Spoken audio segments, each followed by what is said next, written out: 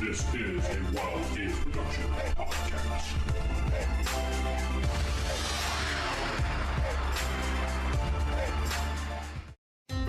You remember. Roll your stealth roll? Game books, pencils, pizza, cheese puffs, and a hell of a lot of dice. And the dragon woke up. Roll for Initiative. This is the Roll for Initiative podcast, where 1E is the place to be. Welcome, everyone, to the Roll for Initiative podcast. This is Volume 10, Issue 220. DM Matt here. We got You're not Vince. no Vince. You're right. not Vince. Where's Vince? Well, I think he might. There's a potential might Vince, be. Where is he? I'm scared. He might be going to the Land of Oz. It's entirely possible. We're waiting for some feedback. Yeah, we got some inclement weather down in his neck of the woods. Might be in a storm. Yeah, he may be going over the rainbow. We will keep a full update on any of his adventures in the Land of Oz. Oh, I'm kidding. Anyway. Yeah. Hey, maybe he'll get us some really good stats on those flying monkeys. Indeed. So. Well, that's Matt said, that's Matt and me, Nick. Yes. We are going to do, for our topic here in a little bit, we're going to cover non-weapon proficiencies. Yes, the thing that appeared in the later years of first edition that kind of almost set the stage, the transition to 2E. Second. Yeah, everybody kind of refers to it now as 1.5, I suppose. Yeah, you can That's start. kind of you know. Yeah, you can start seeing the groundwork laid. Yeah. But it's been a while since we've done a show, so yeah, life has a way of doing that. Yes, it does. But there hasn't been, I know on my end, a lack of gaming. So what about you, Nick? What have you been up to in gaming? Well, since I talked about our last Star Wars game, nothing really. It'll be not this coming weekend, but next weekend we'll be doing the continuation of the New York chapter for Masks of Nyarlathotep. Oh. So, yeah, that'll be coming up the weekend, I think the 27th. Okay. So that'll be very exciting. I'm looking forward to that. But other than that, just life. Yeah. Yeah, I had my little annual weekend board gaming getaway at Yes, we rented a cabin. We had 7 of us in there, and we just board gamed all weekend. Basically, it's all the games we buy year round that we never actually get on the table. That's our excuse to get it on the table. So cool. This is our 8th year of doing it, too. So. Wow, almost as long as the podcast. Yeah, we started actually doing that in 2012 when I totally stole the idea when I heard Sam Witwer talk about him and his friends renting a house to do RPG gaming for a week since they could only game once a year if they booked it out in advance and planned it. I'm like, wow. That would be a fun thing to do. So, and I pitched it to my friends, and we're like, yeah, hell yeah, let's do this. Talk about binge gaming. That's crazy. Yeah, they basically do 40 hours of gaming over the course of a week from what I remember, because that's the only time they get to game and get to all be together because of their schedule. So they basically cram in a campaign over the course of a week. That's crazy. But it's got to be so intense and so much fun. Oh, yeah. And then it takes a year to recover from it. So by the time you're recovered, you're ready to go again. That's kind of cool. It is kind of cool. Yeah. So. Yeah. And then after that, we tried out, my group did the newest edition of Hackmaster. So. Yeah, how'd that turn out? It was interesting. We had some issues with the count system. I mean, it's as soon as I saw how the mechanics were playing, I'm like, oh, this is kind of like Aces and Eights without the playing cards. There you go. So, but when you go in with that fantasy mindset, shoehorning in that count system, it just made combats, we felt a little sluggish. And Aces and Eights, just like that. Once you get into combat, it slows everything down. Right. It works great if you're doing like a duel with a one-on-one and you're pulling out your gun in the high noon at the OK Corral doing your quick little shootout. But if you're trying to do a more D&D style combat, you could spend an entire session in combat. Yeah. So I was kind of, it's okay system, but it's not to my taste. So there you go. What can I say? Right. So. Yeah. It's definitely worth looking at to just see if it's for you, because it is a very different take on fantasy. But yeah, if you've played Aces and Eights, you've got an idea what you're getting into. So if that's your thing, go for it. Yeah. And then other than that, we're just trying to sort out what our next campaign will be. Haven't quite hammered it down yet. We got a whole bunch of ideas thrown out, so we'll see where that goes. Well, cool. Yep. And now let's just go right into our topic today, those non-weapon proficiencies. Those pesky non-weapon proficiencies. Right. Because I to a lot of like the old school players, it's kind of like, do we really need them? Because, I mean, when you go to the core books, you had secondary skills. That's the closest thing you got to a non-weapon proficiency. You had that being in the DMG, if I remember correctly. Right, that little chart in the DMG, and is basically told, let your players roll on this so they know what they did before they became an adventurer. Mm-hmm. And I've used that. It's a nice little way to flesh out the characters and give them a general idea of, a little bit more than the average person on this topic.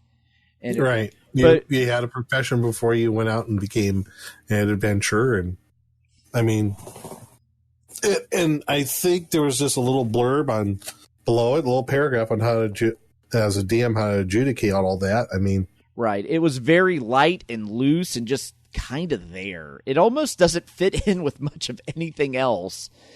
Well, I'm trying to figure out, like, if you look at, like, what if you're playing a magic user and you roll that you were once a hunter or a fisher? Mm-hmm.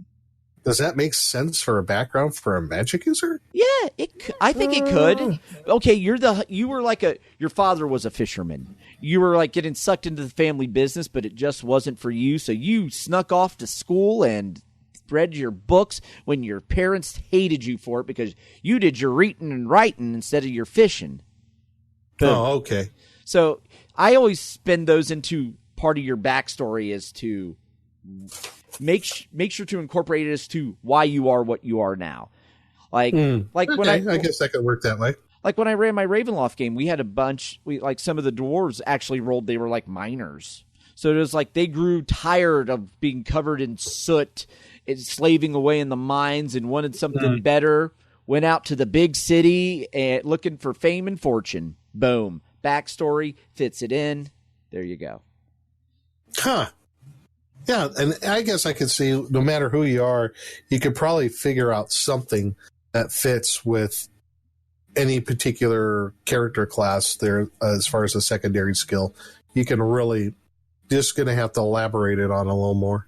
Right. I mean, and that's the advantage of where they're so general. There's all kinds of ways you can incorporate it. It's like in the instance of, say you had a magic user, but he was a miner.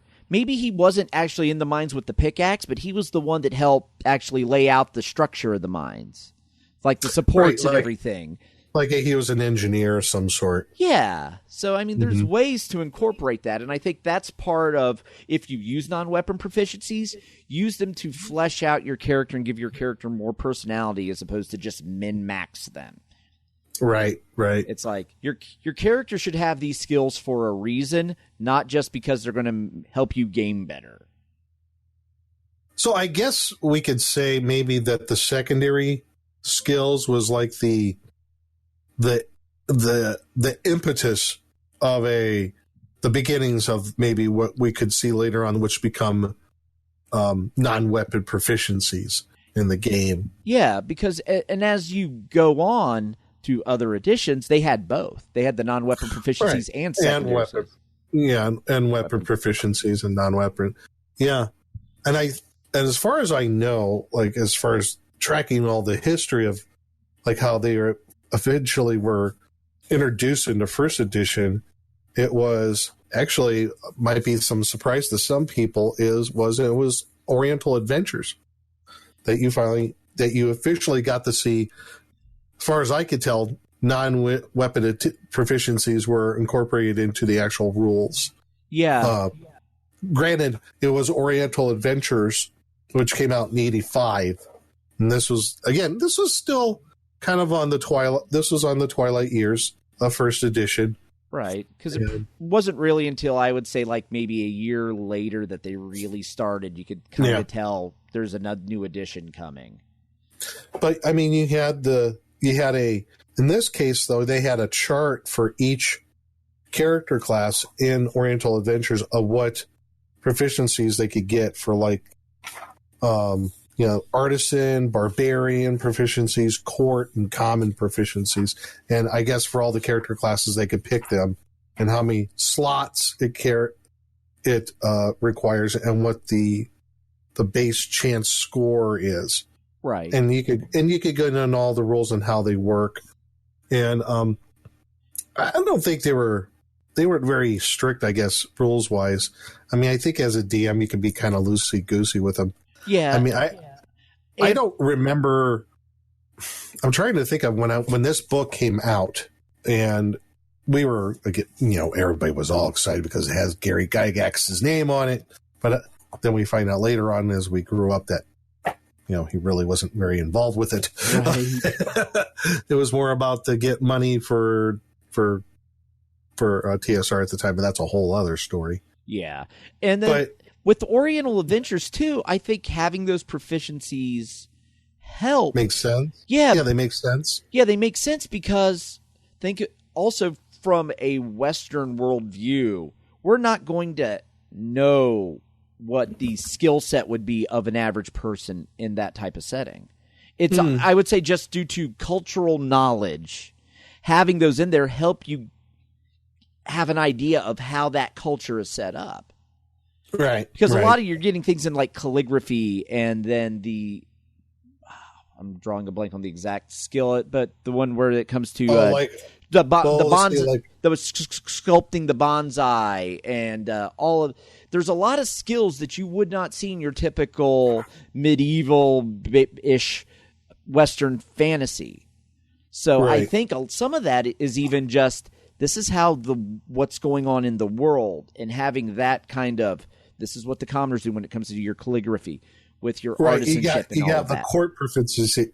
You got court proficiencies such as calligraphy, etiquette, falconry, heraldry. Now, some of those they could apply in a Western setting, but what about no? It's a type of drama performed in the lands of Karatura. It's a type of, I guess they're talking, I don't know, is it kabuki? Yeah, it would be that type of performance. So with all of this, if you read through there, it actually helps flesh out the setting. Sure. Because you have to remember, this is like a player book, a DM book, and a campaign setting all in one and not many pages. Right. So you have to mine for what the world is like in every section. All right, so some of these, they would port over to later on into two other books, but some of these are like, they're setting specific, like, like no and tea ceremony, for example, or what's another one that seems, well, even most of these could be ported over. I mean, even like paper maker, that could be ported over. Right. But that was like in being in Oriental Adventures. I'm trying to think if we ever really used them or not. I don't think it was. I'm trying to think if they felt kind of like they were optional. Yeah, I mean, like pretty much the non-weapon proficiencies that appeared in later books too. It's like they're there if you want them, but did anyone really use them? Right. I don't remember ever using them even because now we're talking about when you get into the later books, you had, the the Wilderness Survival Guide and the Dungeoneer Survival Guide. And that's where you really started to see the non-weapon proficiencies, come into their own into AD&D. And again, it just seemed like one of those things where they didn't necessarily make it feel like that it was a requirement. And these were all like supplemental books anyway. Right. I mean, really, you could say that none of it was really required for all of those books.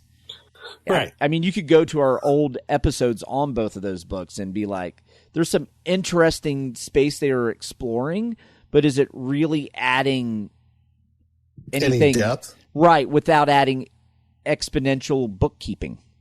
Right. And I guess some of the I don't want to say controversy, but I guess the argument is, for the non-win proficiency is say, hey, now we have a game mechanic that we can use to where it comes up to this situation. We can make a roll to see if you're successful or not. Okay. I could see the benefits of that. It takes some of the ambiguity away. Right, but you have to think about it. If you have would every commoner that's ever ridden on a horse have the horse riding proficiency? No. I see having that proficiency meaning you're better at it than the average run-of-the-mill person. Not that the average person without that skill can do it. It's basically the difference between unskilled, but say you do your own handiwork, being an unskilled plumber where you tinkered around, you figured out how to do stuff, compared to someone who actually studied plumbing. Right. I mean, that's like I'm looking here at the wilderness proficiencies, like running. Like everybody can run. But if you have the running non-weapon proficiency, that means that you could keep it up for just, a little bit longer. You have much more in your endurance involved. That's where that proficiency comes into play. Like you said, it's like everybody can run. It's just some people can run better than others, hence the non-weapon proficiency. Right. It's a way to show exceptionalism. Yeah, exactly. Well, like I said, there was the pro part of it. Like, hey, we have a consistent rule now for some of these things that come up in game, and we have a way of people can earn these things. But also on the con end, I suppose, would be, well, it's just getting more. You're introducing more rules into the game system, and it takes away some of the flow of the game, and it takes away some of the what's the term I'm looking for? The uncertainty, yeah, maybe, of certain situations. Yeah, because you can kind of min-max a little more. The other thing I would say that with non-weapon proficiencies is you can fall in that trap of if someone's not proficient in it, they can't do it. I don't like that. Right. I mean, you could do what like they do. I always refer to Call of Cthulhu and some of this stuff where I can find examples. I just think it's a really good system. It's like their basic role-playing system is you can make an unskilled attempt. Everybody can do that. Right. That's how I would do it, right? Your chances are infinitesimal if you're making an unskilled roll, but you can go ahead and try, right? Right, exactly. But it's like in later editions, but I think this is kind of setting the stage for when you got into later editions where if you didn't have your skill points assigned to that, you just really couldn't do it. Or you weren't good at all at it, and to the point where it was worthless to even try for very basic things. Right, and it got to the point where you're reducing a good chunk of the experience to dice rolling. Right, the randomness, when it became more about solving a math problem and min-maxing your chance, and it became more about winning. And I think it's just as the players changed and what people were looking for out of their gaming evolved, it became more about how do I give myself more control over my character so I always get the outcome I want. Yeah, and I think the non-weapon proficiencies kind of, they go down that road a little bit. Right. And I think as a DM, you have to be careful on if you're going to introduce these into your game that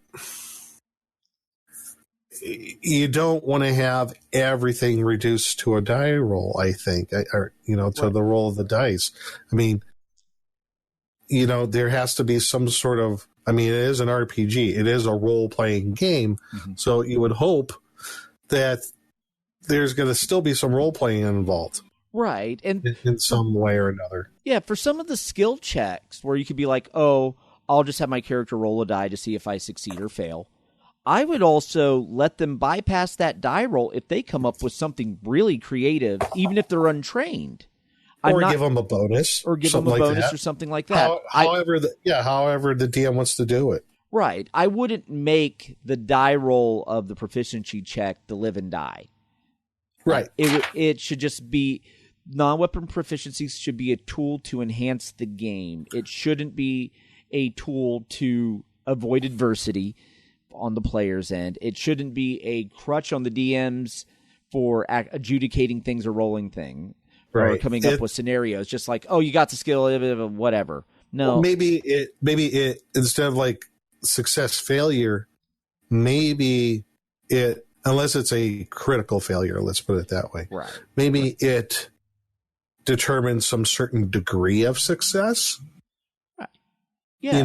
I think, the Star Wars, the original West End Games version, the D6 version, when you had to make a skill roll, if you fell within a certain range, you had a certain varying degrees of success. Doesn't mean you always failed. It's just, even though if you had a low roll, it not necessarily means, oh, you just did figure it out or whatever. It's like, oh, well, you that they're in this star system, you just don't know exactly where. Right. Or something like that. Yeah. Or perhaps it's, you get it done, but it's not as smooth. It takes a little longer, a little more difficult than you expected if you had a poor die roll, but it's not like it needs to derail everything either. Mm-hmm. It's just the way to help flesh out the experience of completing that task, that die roll. Mm-hmm. Yeah, I agree. There's some varying degrees of success. Now, that's one way of doing it. Now, other DMs might want to say, okay, no, I'm just going to use it as a whole success failure sort of thing. And that's fine, because if you're as a DM, if you want to keep the action going in that respect, I could understand. Yeah, going that way. It's like, okay, you need to cross this underground river, and each of you need to make a swimming roll. And those of you, let me know what and whoever fails, there's like, okay, you're you're drowning. Right. So make constitution checks. As a DM, you could do that. Right. Just throw an example there. Yeah, but with something like swimming, I wouldn't, as a DM, if a character wasn't proficient in swimming, say they don't know how to swim. Right. Unless they actually built that in as part of their character, then they said in part of the character design, yeah, my character's afraid of water, doesn't know how to swim because whatever. Okay, that's different. But just because you're not proficient in swimming doesn't mean you can't tread water. So I'm not going to be like, oh, you're going to drown if you just step in that water because you don't know how to swim without that proficiency. I wouldn't. Don't fall down that trap, because then the game becomes too dependent upon your non-weapon proficiencies. That'd be like, does anyone really need a non-weapon proficiency open doorknob? No. Right.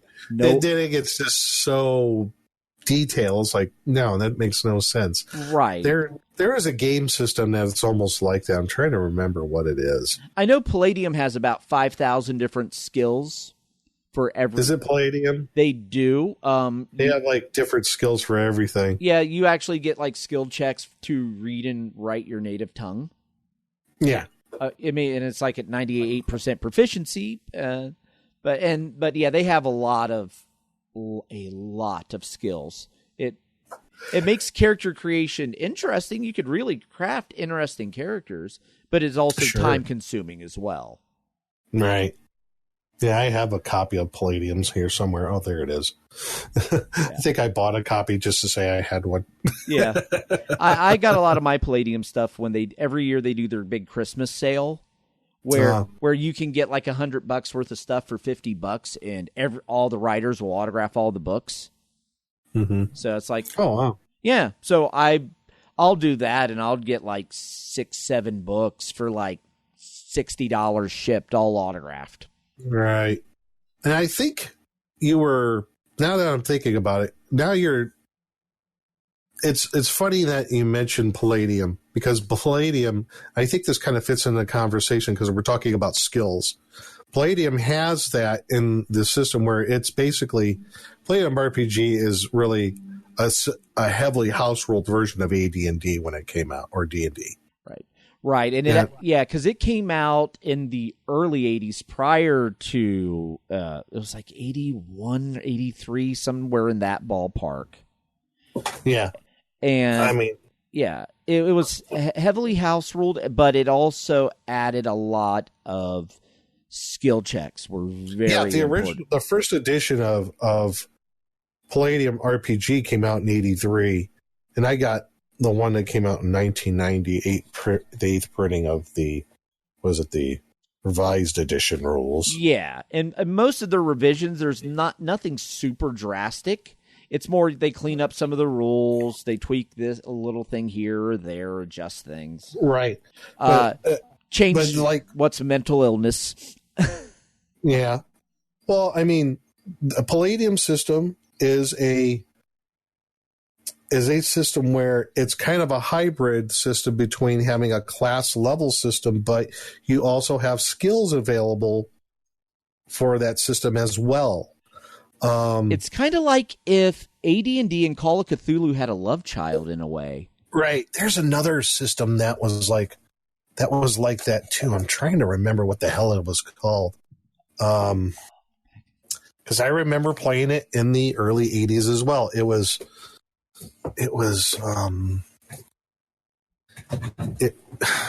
Atlantean system. Okay. You know, there was a system. It was like, it was a lot like Palladium, but it was still like a class level system. One of the races were called Andaman. Okay. Yeah, I don't think I've heard of that. Yeah, it was called Atlantean System or something like that. I remember playing it. And again, this was like early mid 80s. Atlantis. I think. Yeah, it was the Atlantis. I think it's Atlantis had like a black book with a pentagram on it. Yes. Yeah. Yes. It was it was originally Arcanium. The Arcadium, thank you. Yeah, published by Bard Games. Yes, that's it. That was an intriguing system, not just because of the campaign setting where it was like Earth, but you still had, Atlantis, Lemuria, and Mu, and all that stuff before the seas drank Atlantis. Right? Because Atlantis was the second age of that, like according to the Wikipedias. Right. Because it was like it's like pseudo real world history with all the fantasy tropes. Mm-hmm. But it was that was another kind of like I call it a hybrid system. You still had like class level, but you also had skills available for every class that you could get, proficient in, that you could earn and that you were knowledgeable on. So and like you said, Call of Cthulhu was like that, which to a certain extent went to RuneQuest. So, but which is funny because RuneQuest, Palladium were all derivatives of D&D. Right. They were all just, and if you know the history of the game, those two systems are derivatives of the original D&D system, just heavily house ruled. Right. And that's where you have all your proficiencies come in, or your skills that come in. Yeah, and you could see a lot of the customization is in the house rules all kind of focus on giving the players more options to customize their character. Yeah. It's that seems to be the big area where these games veered off in different directions. It was more about how can we give the players more options than just race class. Right. Where you like you were saying, gaming was evolving into that into a system where they wanted to give more options to players when they made their characters. I guess the skills, when skills are introduced, it kind of helps flesh out the character more on who they are. But it just seems like in some people seemed like it was a crutch because, you as a player should define your character, not have the skills define what the character is. Right. Yeah. It's like real world for myself. I'm a training coordinator. I teach people how to do soldering and electronics and the basics on doing electronics installation. But that's not just my job. Is not just who I am. I'm a lot of other things too. Right. So. Yeah, it's like for me, sometimes I will, like, if there's random charts to roll up a character when it comes to their skills and things of that nature, I'll do it just more as a creative exercise. I have this jumble of just numbers and skills. How do I make this a living, breathing, cohesive character? And then, so I use that as like a creative writing exercise. It's like if I play Marvel. In Marvel, I'm going to randomly roll my character, background, powers, just randomly roll everything and try to make sense of it. And for me, that's part of fun of that game. When I come to D&D, though, usually I have more of a character concept in mind stepping in before I even touch the books or dice. I have an idea of, I kind of want to play this character. How do I get there? Right. And then and then as I roll my attributes, it'll vary a little bit. I'll be like, okay, well, this doesn't quite make sense because the attributes don't quite line up, but I have an idea of where I'm going prior, whereas other systems I'll be like, I'll make something, then figure it out on the back end. It's funny, and now I'm thinking back on my gaming experience when you're talking about, I guess this goes into the other thing. When you're talking about like non-weapon proficiencies here, I think this ties in like complexities of a game system and certain biases players have towards certain systems. I remember seeing that when I was growing up in my younger years as a player, where it's like, oh, you played that? Well, yeah, you should play this. This is far more complex. This is far more, there was a certain amount of arrogance some people had towards certain systems, like people playing, maybe Palladium because they have all these rules for skills and all these different professions and stuff like that. They felt like that their system, because it had more, it was better. Right. It was that era's version of the Edition Wars. Yeah. Yeah. And I think maybe, I could be completely wrong, but maybe having the proficiencies at the time that they came out, the non-weapon proficiencies that came out in Oriental Adventures and the 2 survival guide books, I think that was a way of TSR and making AD&D is like, you know what, we could be as complex as we want to. Right. That might have been part of it. This is purely speculation on my own behalf, but I think it's not out of the realm of possibility that, people demanding a little bit more of a complex game. That's why the non-weapon proficiencies were introduced over that time. Right. So it was like a whole kind of like part of the, competing with other game systems out there. Yeah, because if you think of some of the contemporary games in that 85, 86, what were you getting? When you look at it, you're getting a lot of things that have skills. Yeah. And also at this point, they probably, even in 1985, hey, we're going to need a new edition soon. So at that point, There's the rumblings of that already in 85 or 86 for sure. Oh yeah, by the time Unearthed Arcana came out in 86, it was like, okay, we got a new edition coming. But when you look at it, what design space did they still have for AD&D by that time that they hadn't already touched? That's a good question. They covered most everything else. So that's Sure. why we got the Orange Spine books with what there's in it. Those are areas they hadn't developed out in the game yet. And I think that's where second edition came along, because they're like, we have how many books out here for first edition? You have the 3 core books plus 2 additional monster books. You have the survival guides. You had 7 books roughly. Right. Maybe 8. Yeah. If you're counting some of the other stuff. Yeah, and they're like, Fiend we need Folio to consolidate all of this. And that's where second edition came in. Right. And then also, we need to change it enough that it warrants, if you already have the books, you need to buy the new ones. Right. So, because otherwise you could just be like, I can skip this. It's like when Palladium revises a book with the way they do it, there's not that need to go and you have to get the revised version. Your old one's perfectly fine, and other than a few things the game's not very different. Whereas your first edition and second edition, that you can see the foundations are similar, but are actually very different when it comes to the details. Mm-hmm. Mm-hmm. Absolutely. But even between first and second edition, it was so easy to port over characters. It was ridiculously easy. Right, because it was more of an evolution than a giant jump. Like between second and third.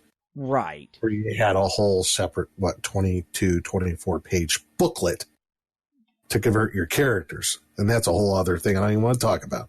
Right. So, but hey, I think you brought it, like when you bring up at the time, 84, 85, 86, when you're getting to the mid and late 80s, the evolution of game design was, a lot of skills are being introduced. And I think TSR, as a response trying to make their flagship game relevant, they introduced those sorts of things as non-weapon proficiencies. Right, yeah. Because, a lot of the games at the time are going to have a lot more charts than even AD&D did. And just a lot more granularity when it comes to character creation and character detail. Yeah, I mean, there's a lot of games that come to mind that, like Middle Earth role playing, was really, was becoming very popular. Yeah, and into what was it, Roll Master, which was really complex. Right, you had Roll Master, you had and then you even get into like some of the other genres when you have like what Traveler was doing. Oh my God, yeah, Traveler, yeah. And I think there was a new edition of Traveler that came out at that time. If I try to remember correctly, it wasn't very popular. But you had Traveler, you had think of Top Secret, another TSR product, Top Secret. Top Secret, yeah. Marvel Superheroes, you had DC Heroes, right? Which was Ghostbusters. There was another one. Yeah, Ghostbusters was the foundation for other games. Yeah. And then Star Wars came out in 87. The Star Wars RPG came out in 87. I mean, a lot of them, you saw the evolution from going from a class level system for characters to more, how should I say, a more organic, a more open way of character creation. Right. Yeah, there wasn't that defined, okay, work down the list. You are this, which means you can be this, this, or this, and it kind of is a flowchart. Whereas with the organic systems, where you don't have a class like in a Top Secret, you don't have a class. Right. You just have your skills. Yeah. And that defines who you are. And then, like Traveler, you roll your jobs, you roll for everything. And through the course of that, you get your skills and all of this, and get a very different character every time you play. I still get a kick out of Traveler. It's the only game system I ever knew where during character creation, your character could die. Yeah. Yeah. Oh, one time me and some friends were starting a Traveler game. I died 3 times during character creation. Just during character creation. Yeah. You want to talk about cutthroat. Right. Everyone should experience that once.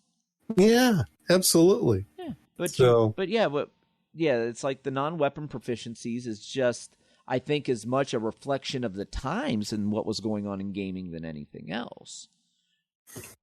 And then then it just comes down to, is that your flavor of gaming? I mean, that's really, because you don't need them. It's an absolute filler rule. Now, have you ever used the non-weapon proficiencies at all? Not in the first edition game. Nope. No, I don't think. Now, as a DM, no, but as a player, I might have, depending on who the DM was. Yeah. I know with playing Oriental Adventures, I believe I have, if I remember correctly. But later on with the Wilderness and the Dungeoneer Survival Guides, they were probably the least used books in my collection. I have them because I have them. Right. You need them in the collection, but you don't actually need to bring them off the shelf. Right. So, there's that, but I had never used them when I did first edition AD&D at all. I never found a use for the non-weapon proficiencies. Yeah, I didn't either. Because it was just like, it's just bogging my game down. It's not all it's doing is introducing more books that need to be at my table that aren't necessary, and my players aren't. And like my gaming group, they're not hardcore firsty players. So whatever I bring to the table is what they're going to play. If I wanted to run full options, we're using the temperature tables from the Wilderness Survival Guide and all the crazy stuff, they'll go with it. Yeah. But that's going to make the game so clunky, and it's not going to be as enjoyable as it was. Right. All you're doing is just sitting there and rolling dice and not interacting with each other. Right. It's at that point, we were kind of playing a quasi-cooperative solitaire game. Mm-hmm. Mm-hmm. Yeah. So I'm not sure what else I could say on the subject myself. I think we pretty much covered it. Yeah, I think we did too, because I mean, really, it's something that's there. It's interesting, especially when you look at it in the time frame that they were introduced. But it's just something in the game you can throw in, but I think most people don't. And I think it's interesting. I'm sorry, go ahead, continue. Yeah, and I was just going to say, if anyone out there uses them in their game, write in and let us know just how you use these non-weapon proficiencies. Do you use them? Is there anyone out there that actually use them rule as written? Because I'm still looking for that person.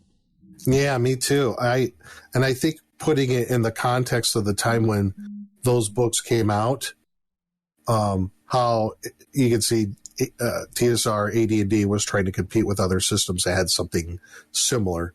So they felt, hey, this is maybe some historical background on why they did what they did, besides trying to make more money. Right, which I think was goal one, make more money. But we need a book out so people will buy it so we can pay off our debt that we have out there in California at our TSR hobbies in Hollywood.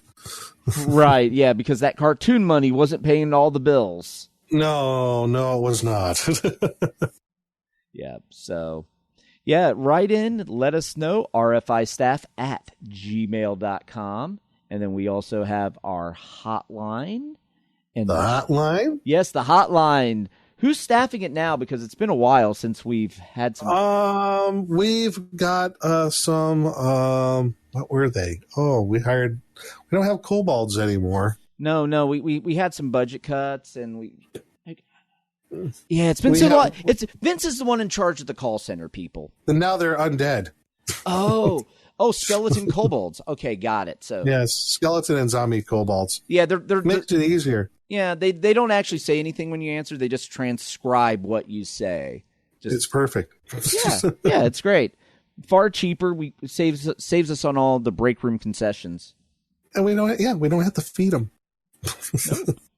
You can also go to iTunes and look us up there. You can give us starred reviews.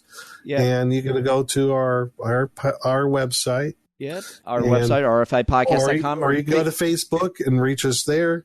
You can also, I think we have Twitter. We have a Twitter that's mostly just us broadcasting out news shows. We're not actually active on it.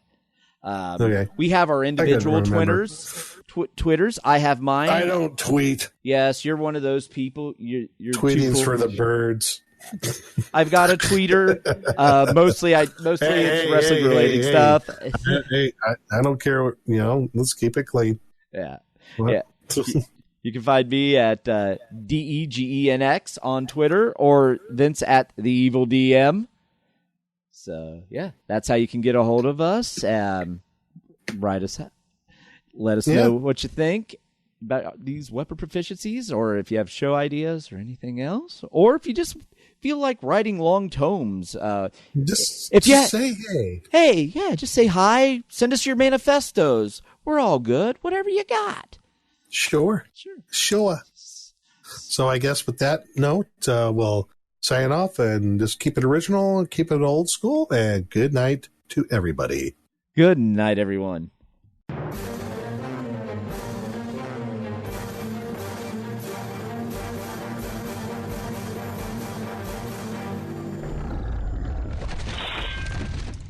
Roll for initiative.